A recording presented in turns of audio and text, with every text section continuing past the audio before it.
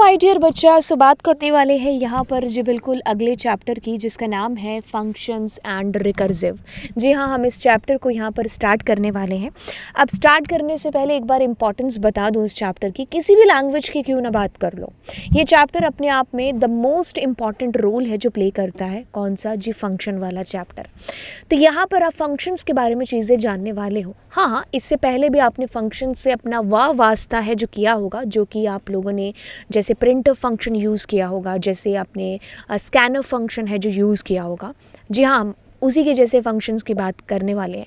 But यहाँ पर हम बने बनाए फंक्शंस नहीं, यहाँ पर हम खुद के फंक्शंस को बनाना है जो सीखेंगे। चलिए बात करेंगे यहाँ पर सबसे पहले फंक्शंस के बारे में। तो दिमाग में रखना कौन सा प्रिंटफ, स्कैनफ, ये जो फंक्शन अभी तक आपने यूज़ किए इनको थोड़ा सा दिमाग में रखना और देखना। इसकी डेफिनेशन कहती है कि a function is a block of code that perform a particular task.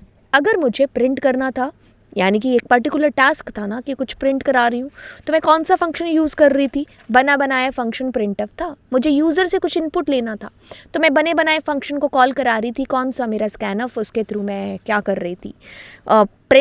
User से इनपुट करा रही थी।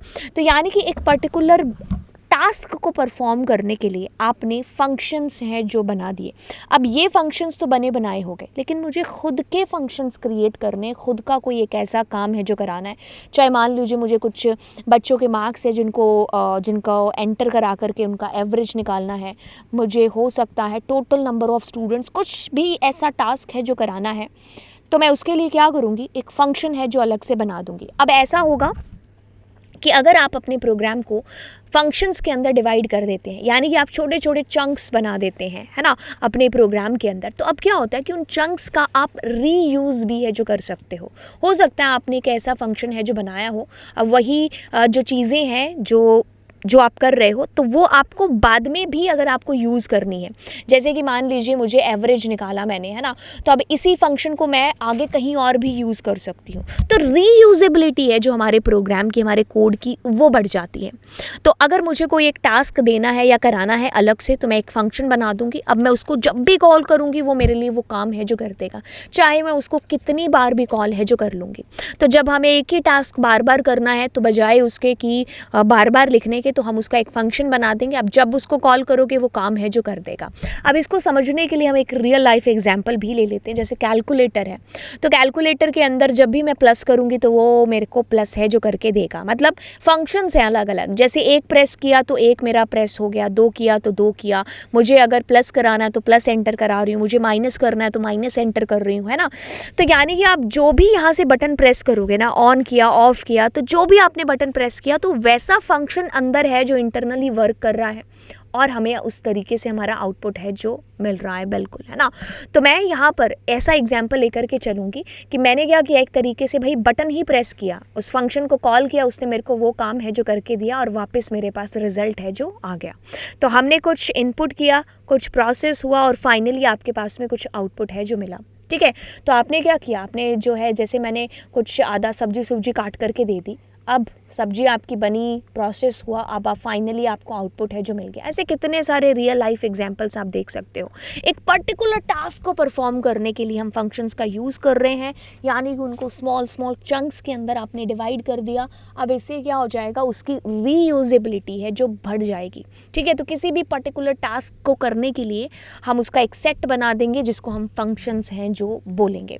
अब थोड़ा सा आगे बढ़ते हैं और सी लैंग्वेज के अंदर अगर हम फंक्शंस की बात करें तो उसमें कुछ 3 हिस्से होते हैं। पहला हिस्सा होता है जिसको हम फंक्शन प्रोटोटाइप या फिर डिक्लेरेशन वाला पार्ट भी बोलते हैं। अब इसमें क्या होता है कि हमें एक तरफ लिखना होता है कि यहाँ पर कि वो कुछ रिटर्न कर रहा है कि नहीं कर रहा है। रिटर्न मतलब आपको फंक्शन आंसर वापस ला करके दे रहा है, तो क्या दे रहा है, क्या वो एक इंटीजर दे रहा है, क्या वो एक फ्लोट में आंसर आपको कर रहा है। अगर कुछ नहीं रिटर्न कर रहा है तो यहाँ पर वॉइड नाम का एक कीवर्ड है जो यूज़ में आएगा। तो यहाँ पर जो फंक्शन मैं यूज़ कर रही हूँ इसका ये मतलब है कि ये वॉइड है फंक्शन, यानी कि आपको कुछ वापस नहीं ला करके दे रहा है। जी हाँ, बट आपके लिए काम ज़रूर कर रहा है। तो हमने क्या किया, फंक्शन का एक प्रोटोटाइप, एक डिक्लेरेशन यहाँ पर दे दी कि हमारे फंक्शन का नाम है डिस्प्ले। तो फंक्शन के साथ में हमेशा इन पैराथेसिस का यूज़ करते हैं और फाइनली जाकर के हमें कर्ली ब्रैकेट्स का इसका सेमीकोलन का यूज़ है जो हमें करना होगा। अब सेकेंड नंबर जो टास्क आता है वो आता है कि फंक्शन को कॉल अब फंक्शन को कॉल, फंक्शन का प्रोटोटाइप आपने डिक्लेयर कर दिया, अब फंक्शन को हमें कॉल भी करना पड़ेगा। हाँ, नेक्स्ट जो हमारा है वो फंक्शन डेफिनेशन आपको बताने वाली हूँ। अब देखिए क्या होगा कि जब भी आपने कोई फंक्शन बनाया, आपने उसका प्रोटोटाइप डिक्लेयर किया, उसके बाद में आपने उसको डिफ़ाइन किया, आपको उसको कॉल भी करना पड़ेगा। हम मेनली मेन फंक्शन से हम उसको कॉल है जो करते हैं। तो एक जो मेन फंक्शन हम बनाते हैं उसके अंदर से, it's like a engine, main function आपका इंजन की तरह काम करता है। तो ट्रेन में सबसे पहले इंजन चलता है, तो वैसे ये सबसे पहले आपका चलेगा और यहीं से आप फिर अपने बाकी फंक्शंस को कॉल कर रहे होंगे, बाकी जो टास्क है वो परफॉर्म करा रहे होंगे। तो यहाँ से जब हमने इसको कॉल करेंगे तो हमारा फंक्शन जंप करके जाएगा फंक्शन की डेफिनेशन के ऊपर, जहाँ पर हम डिफाइन कर रहे होंगे कि एक्चुअली हमें इससे कौन सा काम है जो करवाना चाह रहे हैं। तो उसके लिए हमें लिखना होगा वॉइड, यानी कि इसका रिटर्न टाइप, जो कि मैंने आपको बताया कि अगर हम कुछ रिटर्न नहीं करते हैं तो हम एक कीवर्ड लिखेंगे यहाँ पर सिंपल सा, दैट इज़ वॉइड। फिर हम यहाँ पर उसका नाम लिखेंगे, ये यूज़र डिफाइंड हो सकता है। हम अपना फंक्शन बना रहे हो तो अपना फंक्शन का नाम भी यहाँ पर देंगे ना। वो सारे आइडेंटिफायर के रूल्स जो अभी कभी हमने पढ़े थे 2-4 क्लासेस पहले, तो वो सारे आपको फॉलो करने होंगे। कौन से कि भाई न्यूमेरिकल से स्टार्ट नहीं हो सकता, अंडरस्कोर आ सकता है, स्पेस नहीं दे सकते, कीवर्ड नहीं दे सकते। तो ऐसे हमने क्या किया, एक फंक्शन बना दिया उन सारे रूल्स को ध्यान में रखते हुए। इनका ब्रैकेट्स का, पैरेंथेसिस का यूज़ कर लेंगे, कर्ली ब्रैकेट ऑन ऑफ, और बीच में जो भी टास्क आपको अपने फंक्शंस के लिए कराना है वो आप करेंगे। अब आप बनाने के बाद में इसको कॉल ज़रूर करेंगे, क्योंकि कॉल करोगे तभी आपको आंसर देगा। तो फंक्शन थोड़ा सा अकड़ू होता है, कहता है कि मैं बन गया, ठीक है, अब मैं फ़ोन करोगे, मुझे कॉल करोगे तभी मैं तुम्हें रिप्लाई करूँगा। तो जब भी आपको इससे काम है ना तो आप इसको कॉल कर लो। अब एक फंक्शन को कितनी बार कॉल कर सकते हैं जी, आप कितनी बार भी कॉल कर सकते हो। जितनी बार आप कॉल करोगे उतनी बार वो आपके लिए काम है जो करके देगा। अब एक बार इस चीज़ को मैं प्रैक्टिकली आपको ज़रूर समझा देती हूँ। जब स्टार्ट करेंगे यहाँ पर, और 3 स्टेप्स के अंदर आप यहाँ पर चीज़ें करने वाले हो। सबसे पहले हम क्या करेंगे, हम यहाँ पर डिक्लेयर कर रहे होंगे, यानी कि फंक्शन का प्रोटोटाइप यहाँ पर लिख रहे होंगे। प्रोटोटाइप एक तरीके से आप ऐसा सोच सकते हो कि हम ये फंक्शन यहाँ पर डिक्लेयर कर रहे हैं कि भाई इसका आगे हम यूज़ है जो करेंगे। तो जैसे मैंने यहाँ पर डिस्प्ले नाम का एक फंक्शन है जो बनाया, ठीक है। अब मैंने इसमें 3 चीज़ें रखी हैं। एक तो रखा इसका रिटर्न टाइप, जो कि ये कह रहा है कि कुछ भी रिटर्न नहीं कर रहा है। फिर उस फंक्शन का नाम, और उसके बाद में आप पैरेंथेसिस का यूज़ कर रहे होंगे, और यहाँ पर कर्ली ब्रैकेट का सेमीकोलन का यूज़ है जो कर रहे होंगे, ठीक है। तो ये हमारा क्या हो गया, प्रोटोटाइप हो गया फंक्शन का, यानी कि आपने यहाँ पर डिक्लेयर कर दिया है। अब इसके बाद में हम अपना मेन फंक्शन बना रहे होंगे। Main is like a engine, गाड़ी का इंजन, ठीक है। तो क्योंकि यहाँ से आप उसको कॉल करेंगे, ठीक है, तो यहाँ से आप अपने फंक्शन को कॉल करेंगे। जैसे डिस्प्ले मेरा फंक्शन है तो मैं इसको कॉल करूँगी। अब कॉल करने के बाद में हम यहाँ पर उसको डिफ़ाइन कर रहे होंगे हमारे फंक्शन को। सो मैंने लिखा वॉइड डिस्प्ले फंक्शन, तो मेरा फंक्शन यहाँ पर जो है डिफ़ाइन होगा। अब यानी कि जो टास्क या जो काम आप करवाना चाहते हो उससे, तो वो टास्क या काम है जो आप यहाँ पर लिखेंगे। तो जैसे मैंने लिखा यहाँ पर printf, तो मैंने कहा हे आई एम डिस्प्ले फंक्शन, ठीक है। तो ये मेरा एक फंक्शन हो गया।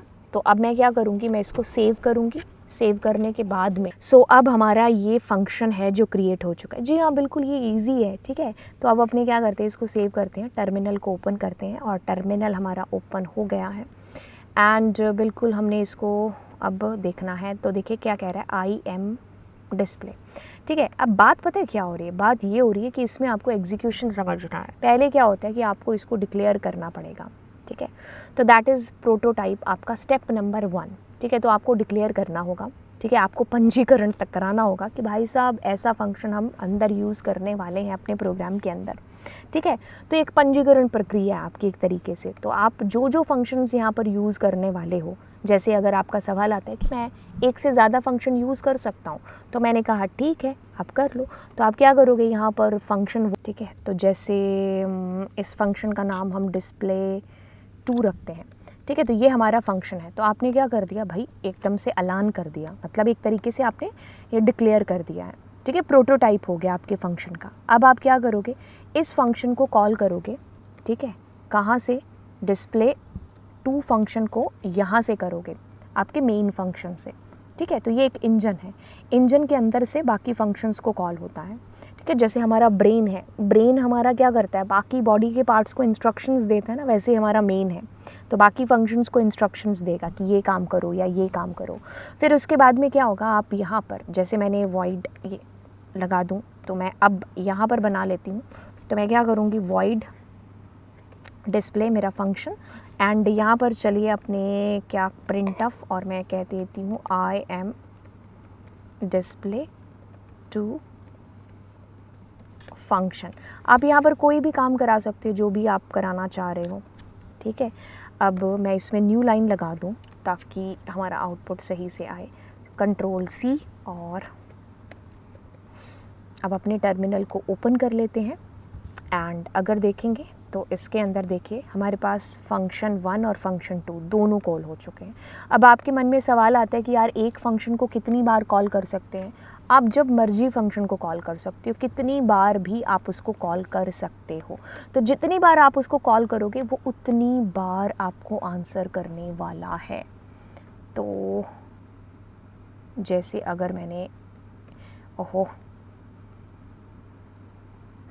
सो देखिए अब आपने कितनी बार उसको कॉल किया, ये पहली बार किया ऊपर, फिर ये मतलब ये पहला चंक हो गया, ठीक है। उसके बाद में हमने 2 बार उसको किया था, फिर से हमें कॉल आया। न्यू लाइन नहीं लिखा है इसीलिए वो आउटपुट आपके पास में ऐसा है। तो एक फंक्शन हमारा कितनी बार भी है जो कॉल हो सकता है। अब ऐसा है कि आपने एक फंक्शन बना लिया लेकिन आप उसको कॉल नहीं कर रहे हो, क्या हो सकता है, बिल्कुल कोई प्रॉब्लम नहीं है। अगर आपको उससे काम नहीं है तो आप रहने दीजिए। आपने सेव किया इसको और मैंने टर्मिनल को ऑन किया। अब एक ही जिसको आपने कॉल लगाया ना वही आपको फिर आंसर कर रहा है, ठीक है। तो आपने अगर बहुत सारे फंक्शन बना लिए लेकिन आपको ज़रूरत नहीं पड़ रही है तो आप मत प्रेस करो, मतलब मत उसको कॉल करो, ठीक है। एंड जब आपको उसको कॉल करनी, जितनी बार भी आप उसको कॉल कर रहे हो आप उतनी बार उसको कॉल कर सकते हो। कहाँ से करेंगे, फंक्शन के अंदर से। वैसे एक चीज़ बताएं तो मेन भी हमारा एक फंक्शन है और ये यहाँ पर क्या कर रहा है, रिटर्न कर रहा है हमेशा, जो कि मुझे यहाँ पर लिखना भी चाहिए था, रिटर्न अभी इंटीजर 0, ठीक है। तो ये हमारा एक मेन फंक्शन है जो कि आपको रिटर्न कर रहा है कुछ। वैसे ही अपने इसके अंदर बाद में जल करके वॉइड की जगह पर रिटर्न लिखेंगे, फिर इसमें पैरामीटर्स, आर्ग्यूमेंट्स, इन सब चीज़ों को देखने वाले हैं। तो ये एक आपका नॉर्मल फंक्शन है जो बन गया, ठीक है। अब अगली क्लास के अंदर हम इसके ऊपर कुछ प्रोग्राम्स और अपनी प्रोसेस को थोड़ा सा और आगे बढ़ाएंगे। तो यहाँ तक आप प्रैक्टिस करिए एंड नीचे कमेंट सेक्शन के अंदर अपने डाउट्स को बता सकते हो। और दूसरी चीज़, दोस्तों के साथ में चैनल को ज़रूर शेयर कर देना क्योंकि हम बहुत जल्द जावा की सीरीज़ है जो यहाँ पर स्टार्ट करने वाले हैं। एंड फिर चलिए फिर, हाँ, बाय बाय बच्चा, एंड गॉड ब्लेस यू।